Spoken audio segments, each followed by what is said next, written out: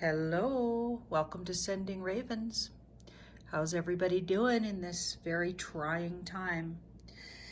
Yeah, wow. Okay, so this is our Friday class. So we've got Thursday classes, but they're so short.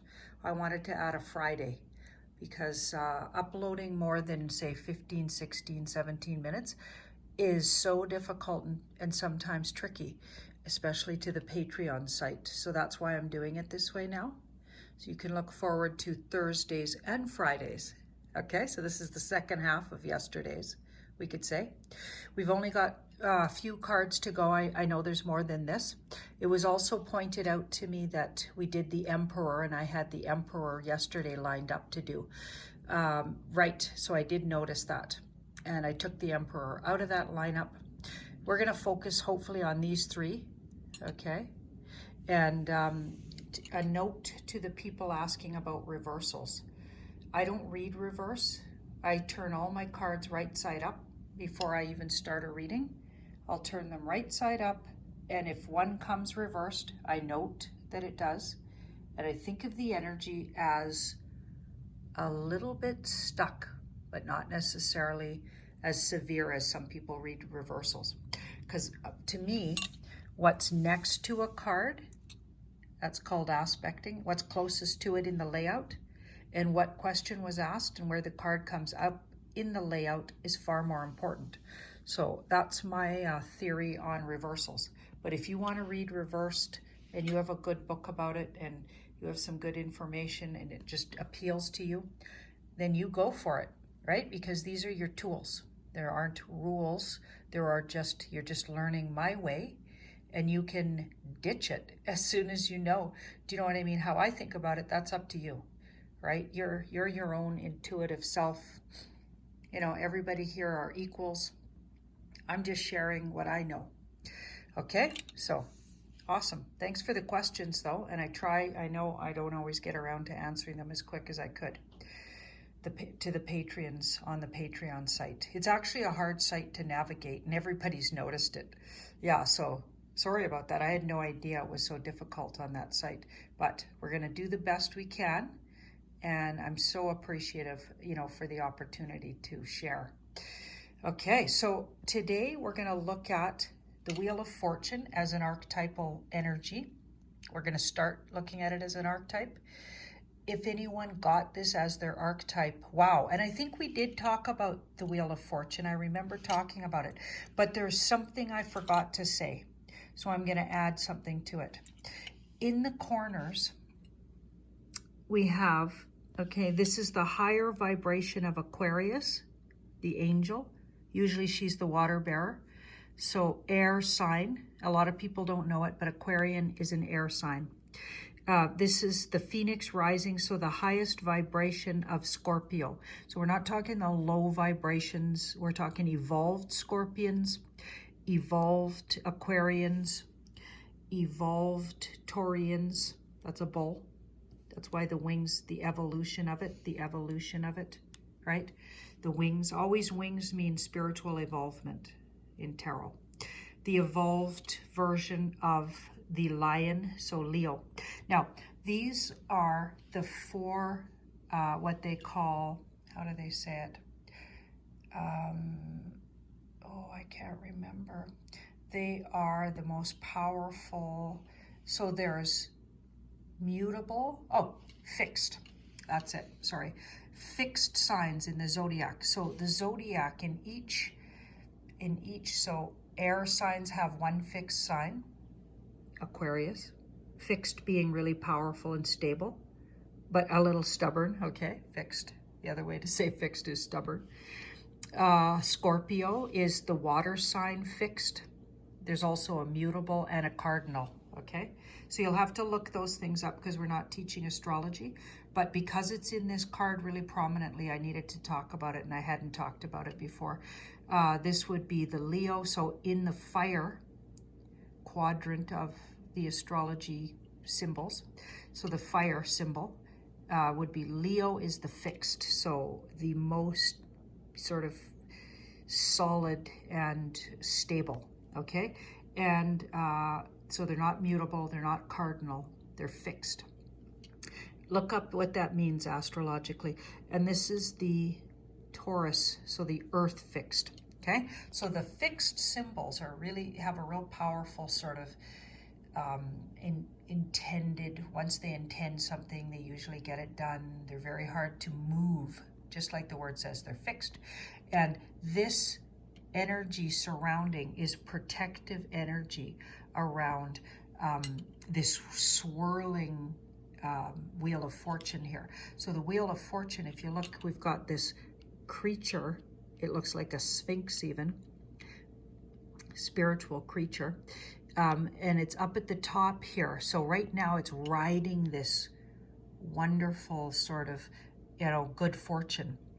But it's always changing. Whoops. Snakes in tarot cards usually mean change and shifting in situations. So it's always changing, ever changing. And at any time you could be at the bottom end of that wheel of fortune. So it's about karma. It's about fortunate things and the cycle of life. So everything that's good can also, you're going to experience just as many good days as you experience difficult and hard and lesson days, right? We're definitely in a big world lesson right now, aren't we? Right? So the card reminds us that fortune or what we call good and bad fortune really, it's a bit of an illusion actually, is ever changing and it's always shifting. And we need to be mindful of what we're putting out, because it's like a big circle, it'll come back to us. So putting out loving and positive energy is, it often helps that reflect back to you in the world, right? Not always. I mean, it's not always. Some people have a very difficult, entire lifetime, an experience they chose this lifetime. And I know that sounds brutal, but souls choose what they're doing, right? You can only make the best of what you have been given. Now, the Wheel of Fortune, when it comes as an archetype, it's a person who's ever changing, ever changeable, unpredictable, and always they come into your life and they kind of blow it up. They'll always change your whole life when they come in. When you meet people who have an archetype of the Wheel of Fortune, they are absolutely change makers, movers and shakers. Okay, they're people that come in and just, okay, we're going to change everything here. And they just upheave everything. And that can be good and that can be bad, right? Like, people don't always like change, and especially when others do the changing or somehow initiate the change. And then other times it's wonderful because you needed a change and they can come and change your whole life for the better. I mean, I personally love change. So as long as somebody's not being too pushy about it, if it's a natural change occurs because I meet somebody and they naturally, initiate and inspire me, well, that's great. Right? Not if they're being too pushy though, right? So this card can be a person who's just naturally in tune with the ever-changing energies, right? And if you got it as an archetype for the tarot class, that's a little different slant on it. Okay, it's all about what did you pull the card for. And if it's for the tarot class might change your life. You may forever be changed. Your fortune might change. You may become a reader. You may use tarot and it could really come in handy. You could really learn fast. There's a fast movement to the Wheel of Fortune. So it's quite an exciting card. And when it shows up, and this is really simple but profound, so pay attention here. When it shows up, wherever it shows up, it never tells you what exactly is how things are going to change. It says this. So say it shows up in your relationship, a question about relationship, and it's describing what's coming next or around the atmosphere of your relationship, the outcome of your relationship. If it shows up in those kind of spots, nothing will ever be the same. However it feels right now is about to take a really big change and likely to the exact opposite of what it looks like. Okay, so wherever it shows up, everything's about to change there. If it shows up in your career, flip it around. If you're loving your career, you might absolutely find yourself in a completely different career or not loving your career. If you hate your career, the exact opposite could come. So it's saying everything's about to flip and change suddenly, unexpectedly. And the really sneaky, interesting thing behind the Wheel of Fortune is somehow there's a bigger thing at work when the Wheel of Fortune comes along. It's karmic, it's meant, it's destined. So even though it'll seem really out of the blue, usually there's a really good reason for the change, or it's just really necessary. So even though we don't always like change, and especially unexpected change, change is part of life, and it keeps things exciting. Yeah, so wherever this shows up, everything's about to change, but you have to do further investigation in the cards to understand how. And I'll tell you, sometimes the Wheel of Fortune never wants to tell you. It just says, expect the unexpected in this area, right? But if it's talking about a person, that person is unpredictable on some level and very connected to maybe your karma, and they could change your whole life by getting involved with them. And if it's talking about, like we said, a tarot class, maybe this tarot class is going to change somebody's life if that's what they pulled. So it's kind of exciting, right? It's like, whoa, that's a big card. Here's another biggie.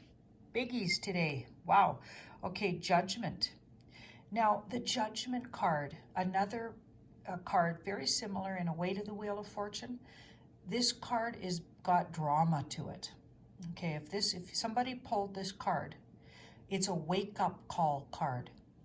If you pulled it for the tarot class, this tarot class will wake you up to your deeper purpose, wake you up to your inner self. See how those people are being trumpeted awake from the dead? So it'll wake up things, maybe past life memories of yours that you studied tarot.